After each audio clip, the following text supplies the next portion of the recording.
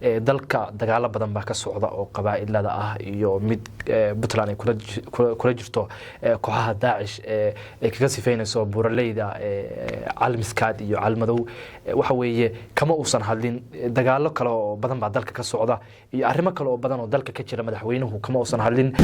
waliba waxa la oran karaa Ethiopia siday uga bixi karto aad bay adag tahay maadaama ay gobolada dhexe ay aad ciidamadoodu ugu milmeen 20 sano ku dhawaad way joogaan ha aad bay ugu milmeen bacdeen su'aasha isweydiinta mudan baa waxay tahay Maxamuudow way ay dawladda Soomaaliya yani ama u garab istaagi lahayd xataa ugu hambalyan lahayd yani dawladda Puntland ficilkan ay qaaday kulantii wacan wanaagsan daawadayaal ilahantiinba soo dhawaada barnaamij cusub oo la magac baxay maxaa cusub oo ka cusub dunida iyo waliba Soomaaliya waxay la falaqeyn doona saaxiibkay Maxamuud Duubane Maxamuud ugu horeyn soo dhawow bal qodob ban barnaamijku ku faaqidi doona haba ugu sii horeysay qodobka hadalhaynta badan dhaliyay baraha bulshada iyo waliba meelaha Soomaalida ku kulmaan qodobkaasi wuxuu yahay Maxamuud maxaa xog ka haynaa ka simid ahaanshiyaha ciidamada Ethiopia ee howlgalka cusub ee Soomaaliya ka bilowday sanadan hadda bilowday awsam arrinkaasi maxaa xog ka haynaa fuaado saaxiib ma hasan tahay waa dhawahay hadii aan ku bilaabo maalinnimadii shalay ahayd waxa soo gaaray Soomaaliya gaar ahaan magaalada Muqdisho ee caasimadda dalka wafdi ka socda Ethiopia kuwaas oo u socday in ay madaxda Soomaalida kala hadlaaniin sidii ciidankoodu u sii joogi lahaa dalkeena Soomaaliya ama wasi mid noqon lahaa ciidamada nabad ilaalinta ku jooga Soomaaliya warar maanta soo baxaya waxay sheegayaan in Soomaaliya ay u ogolaatay Ethiopia in ciidamadeedu ku sii sugnaadaan Soomaaliya Ethiopia ay ciidamadeedu sii joogi doonaan Soomaaliya walow aysan Soomaaliya aysan wali cadeyn warcad ka soo saarin in Maxamuudow adaa ku wata waxa jirtay hadallo ay baahiyeen madaxweynaha dalka Xasan Sheekh Maxamuud iyo wasiirka arrimaha dibadda ee Soomaaliya Axmed Macalin Fiqi oo ahaa soddonka bisha December ee hadda la soo dhaafay bishii December 2024 waa inay gabay ahaan Soomaaliya ka baxaan ciidamada Ethiopia hore u joogay ciidankii hore iyagoona bixin in intii wafti la soo diro la dhaw waxa rabnaa inay ka sii mid ahaadaan taasi ma la oran karaa Soomaaliya go'aankeedii way ka laabatay mise wax kala jira wallahi horti waa arrin aad u weyn oo dadka Soomaalidana maanta ay baraha bulshada aad uga hadalhayaan madaxweyne Xasan Sheekh oo meel fagaara ah ka hadlay wuxuu sheegay in aysan ciidamada Ethiopia siba wasi mid ahaanin ciidamada Soomaaliya u jooga nabad ilaalinta taas oo waxa weeye dadka inta badan soo qaadanayaan muuqaalkiisa isagoo sheegaya in aysan ka simid ahaanin haddana waxa muuqata inayba ka mid noqdeen sida Ethiopia ay qoraal ku sheegtay dadka Soomaalida oo inta badan siyaasiyiinta waxa weeye u badan oo wararka Soomaalida la socda iyo waxa madaxtooyada ka soo baxayana waxay sheegayaan in Ethiopia sidaas loogu ogolaaday inay ciidamadeeda ay ka simid ahaadaan taas hadii loo ogolaadaba wax la leeyahay Soomaaliya waxay ku noqonaysaa dhaawac aad u weyn oo Soomaaliya go'aankeedu wuxuu yahay waxa aan abajiri jilicsananta badan laga laalaado jilicsan ha oo aan laga mid adaa ku wata howlgalkan cusub ee awsam waxa kamid ah Masar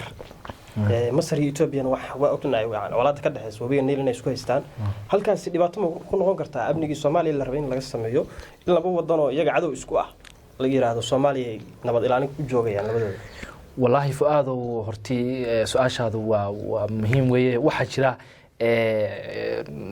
مصر مدوني كدمي وحي سوماليا كينيس هوب يسيدو كلا ciidamo oo kamid noqonaya ciidamada nabad ilaalinta u sii joogaya Soomaaliya Ethiopia iyadana waa tan hadda ku hardamaysa sidii uga sii mid ahaan lahayd way sii joogtay iyada Soomaaliya gobol aad iyo aad badan oo ka joogto Ethiopia ay ka joogto gobol badan oo waliba waxa la oran karaa Ethiopia siday uga bixi karto aad bay adag tahay maadaama ay gobolada dhexe ay aad ciidamadoodu ugu milmeen 20 sano ku dhawaad way joogaan ha aad bay ugu milmeen iyo annaga sugayna taasna waxa ka dhex dhalan kara waxa weeye waxyaabo badan oo amniga Soomaaliya saameyn ku yeelan kara marka bal Ethiopia Soomaaliya go'aanka ay ka soo saarto ciidamadeeda dawladda federaalka baa sugi doona qodobkaasi waan ku dheeraanay Google ganaadkiisa qodobkaas Soomaaliya warbixin noocan ka sugi karnaa inay ka soo saarto ma inay go'aankeedii ku adkaysato ay tiraahdo Ethiopia totally kama mid ahaanayso howlgalkan cusub mise inay tiraahdo waa loo fasaxay oo kadib shirki ka dhacay Ankara is-afgaradkaas wuxuu ku saabsanaa dhanka badda dhanka ciidanka kuma saabsanayn sidaan ognahay marka maxaan ka filan karnaa Soomaaliya inay soo saarto wallahi fuaadow sida loo soo dhaweeyay wafdiga Itoobiya ka socda marka loo fiiriyo iyo shirarka Muqdisho ka socda iyo waliba hadallada soo baxaya waxa muuqata in waxa weeye si fudud waliba loogu ogolaanayo in Itoobiya ay ciidamada sii joogaan walow ay Soomaalida badan ay leeyihiin hawshan waa wax mar hore laga soo wada hadlay oo Ankara baa laga soo wada hadlay halkan xogaa yar wax weeye baa laga wada hadlaya marka bal arintaas waxa u deenaynaa Soomaaliya waxay ka soo saarto dowladda mahadsan tahay Maxamuud isla waxaan joogaynaa Muqdisho ama Soomaaliya madaxweyne Xasan Sheekh Maxamuud xalay waa hadlay shir jiraayid buu qabtay bal shirkaasi jiraayid muxuu kaga hadlay muxuu ujeedku u qabtay fuaad waa mahadsan tahay Xasan Sheekh xalay waxa weeye khudbad dheer buu jeediyay oo Soomaalida kula hadlayo oo ilaa 10 daqiiqo buu hadlayay muuqaal lagu baahiyay fila Soomaaliya iyo telefishin qaranka wuxuu sheegay oo ummadda Soomaalida ugu hambalyeynayay inay ka mid noqdeen ama kursi ay ka heleen waxa weeye qaramada midoobe ay ka mid noqdeen taas oo 50 sano ka hor ay ugu dambeysay Soomaalida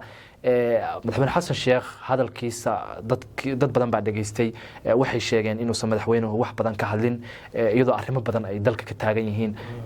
ay ka mid tahay waan u imaan doonaa su'aashaas aan qada ku sii wata madaxweynaha hadalkiisii xalay ku soo qaatay dagaalkan ka socda Puntland lagu ciidtirayo kooxdan Daesh ee buraha ku jirta fuaad waa mahadsan tahay madaxweynuhu kaliya kursigaas iyo wixii ku saabsanaa buu ka hadlay dalka dagaalo badan baa ka socda oo qabaa'ilada ah iyo mid Puntland ay kula jirto kooxaha Daesh ay kaga sifeynayso buraleyda Calmiskaad iyo Calmadow waxa weeye kama uusan hadlin dagaalo kale oo badan baa dalka ka socda iyo arrimo kale oo badan oo dalka ka jira madaxweynuhu kama uusan hadlin dad badan waxay leeyihiin madaxweynaha dalka markuu hadlo waxay ahayd in uu arrimaha dalka ka jiro oo dhan uu waxa weeye uu ka wada hadlo balse inuu hal qodob u soo fariisto waxa weeye wax aad u weyn ma aysan qurux badnayn marka aad baa mahadsan tahay Maxamuud mar kale bal ani maano Puntland iyo dagaalkii ka socday gobolka bari buraleyda gobolka bari dowladda Puntland ku qaaday kooxda Daesh bal xog maxaa ka heena dagaalkaas fuaad waa mahadsan tahay Puntland waxa weeye dagaal bay sheegtay inay la galayso Daesh mudooyinkii u dambeysay waa isku diyaarinaysay dagaal baa ka dhacay oo ugu dambeeyay maalinnimadii shalay ahayd oo duqeyn ah oo meelo badan oo kamid ah gobolka bari lagu duqeeyay qolyaha Daesh ku dhumaalaysanaya bari sidoo fiiyooda u sheegay mid kamid ah saraakiisha ciidamada Puntland waxay sheegeen in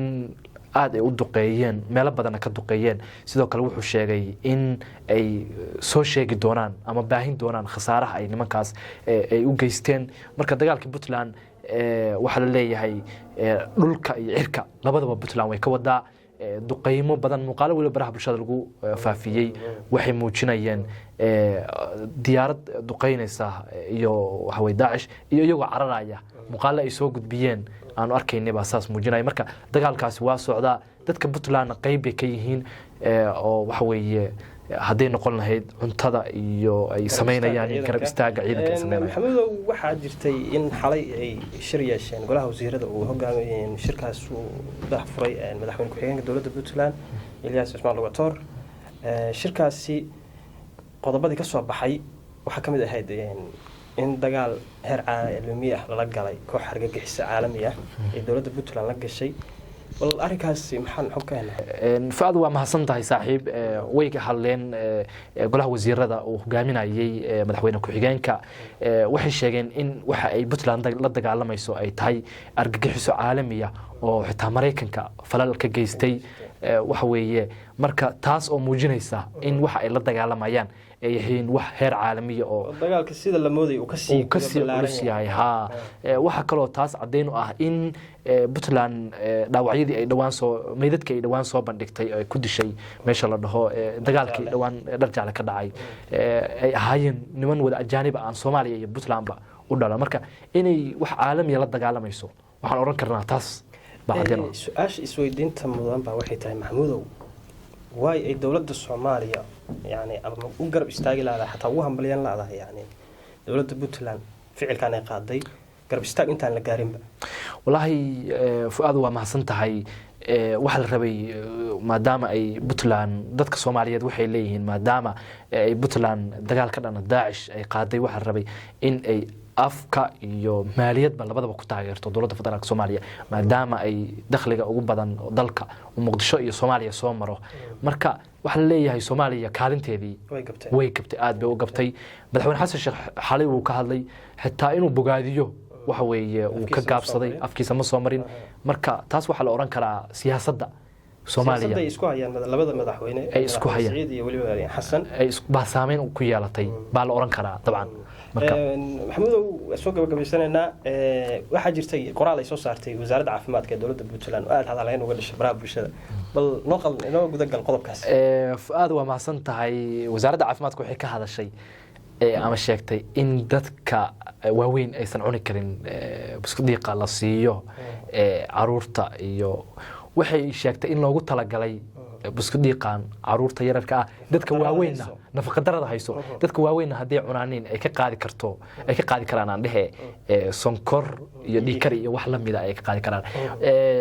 waxa la oran karaa waxa ugu badan oo cuna ama iibsada caruurta way diidaan hadii xitaa loo keeno inta badan way diidaan laakiin dadka ugu badan oo cuna waa dadka wax weeye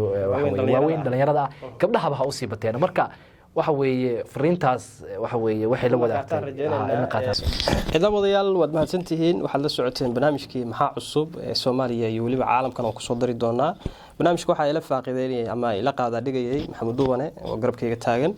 aad iyo aad baad ugu mahadsantihiin daawashada fiidiyowga waxaan idiga codsanaynaa inaad muuqaalka meel fog gaarsiisaan share gareysaan sidoo kale janaalada subscribe saartaan aad iyo aad baad u mahadsantihiin mar walba la socda barnaamijka noocan oo kale